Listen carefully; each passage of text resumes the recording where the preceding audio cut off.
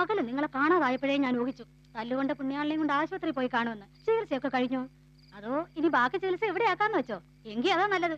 ഇവിടെയാകുമ്പോ ഞാനും പെണ്ണുണ്ടല്ലോ, അവന് മരുന്ന് വെച്ച് കെട്ടാനും കുഴമ്പ് തേച്ച് കുളിപ്പിക്കാനും ഒക്കെ. വൈകുന്നേരമായപ്പോ ആശുപത്രി ഒന്ന് വിട്ടു. ഞാൻ നിർബന്ധിച്ചപ്പോ കൂടെ പോന്നത്. അത് നന്നായി.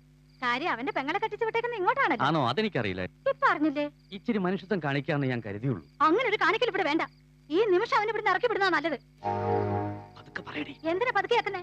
നിങ്ങൾക്ക് വയ്യെങ്കിൽ ഞാൻ ഇറക്കി വിടും. എന്റെ പൊന്നുമുറിയെ കാലത്തവൻ പോയിക്കോളും. പറ്റേല. ഈ നേരത്തെ അവൻ എങ്ങോട്ട് പോകും? അതൊന്നും എനിക്കറിയണ്ട. അവൻ തെണ്ടിയോ ചെറ്റയോ കള്ളനോ കൊലപ്പുള്ളിയോ ആരോ ആവട്ടെ, ഞാൻ അവനെ അങ്ങോട്ട് വിളിച്ചോണ്ട് വന്ന് അങ്ങേപ്പുറത്തെ ചായക്കടലെ ബെഞ്ചിൽ അവൻ കിടന്നോളും. ഇനിയും നീ അതിനെതിരെ നിന്ന് അരിഞ്ഞുകളയും ഞാൻ.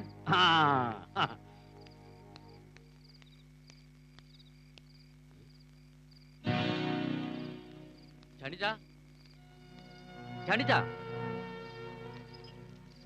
ചാണ്ടി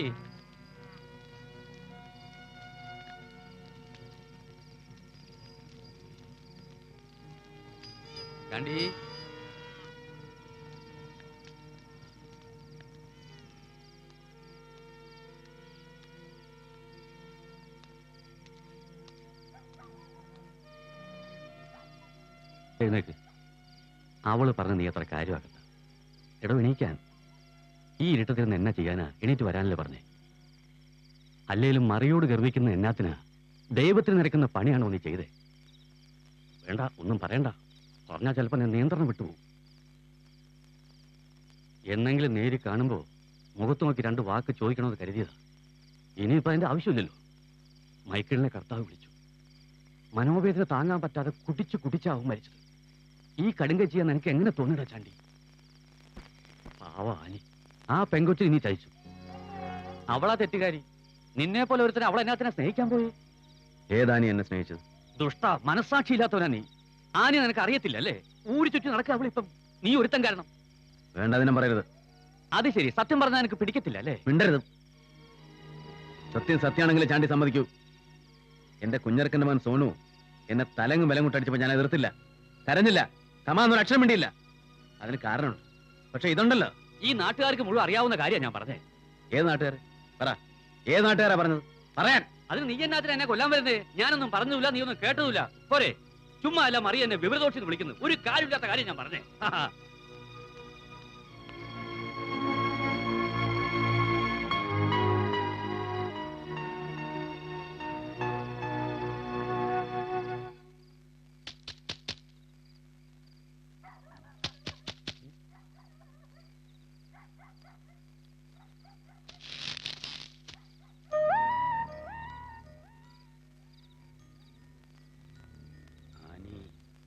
അവക്ക് എന്നാ പറ്റിയെന്നാ പറഞ്ഞേ?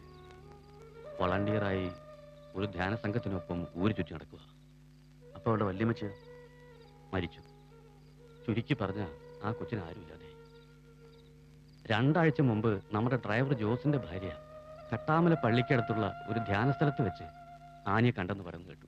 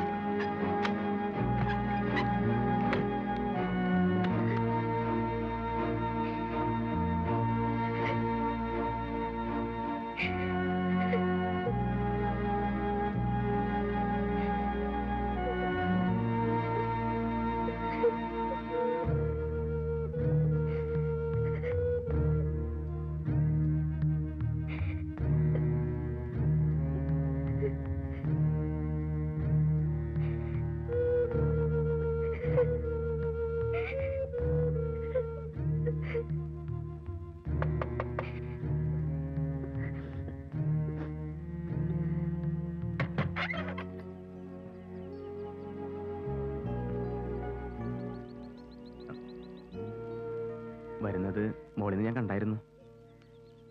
വിവരറിഞ്ഞ് മൈസൂരിൽ എത്തുമ്പോഴേക്കും ശവടക്ക് കഴിഞ്ഞിരുന്നു. ഇനിയിപ്പോൾ സോനുവിനെ കൊണ്ടുപോകണം. നാളെ സ്കൂൾ തുറന്നാൽ അവൻ്റെ TC വാങ്ങണം.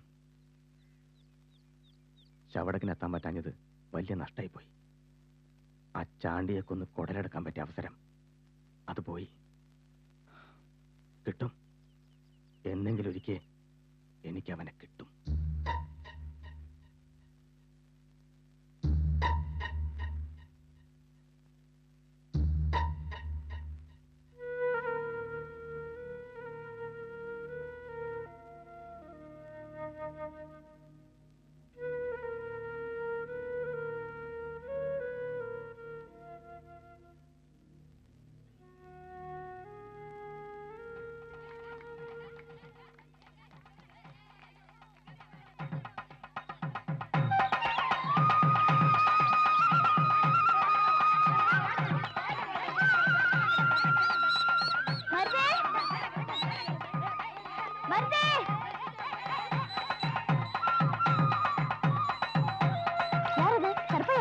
ஆமா நான் தான்.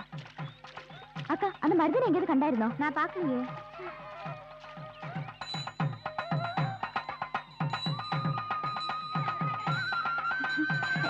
அந்த மருதனை பாத்தியா? ஒரு கத்தி எடுத்துட்டு அந்த பக்கம் போச்சு. கத்தியோ? மருதே, மருதே. என்னம்மா?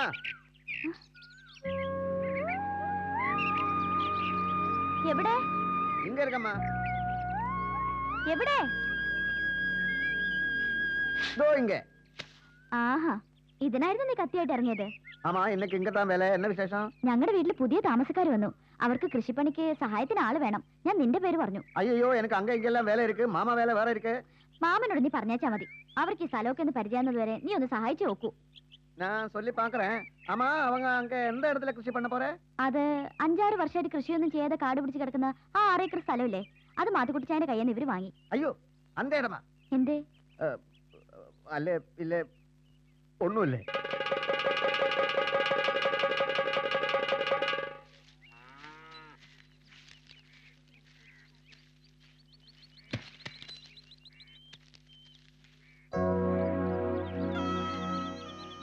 முட்டாள், அறிவிருக்கா அவனுக்கு?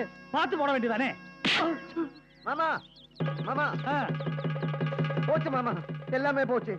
என்ன பாத்துக்கிட்டு இருக்குது? வேலை பாரு. எல்லாமே போச்சு மாமா. அந்த மாத்துக்குட்டி இடம் இல்ல, அது வேற ஆளு வந்து விலைக்கு வாங்கியாச்சு.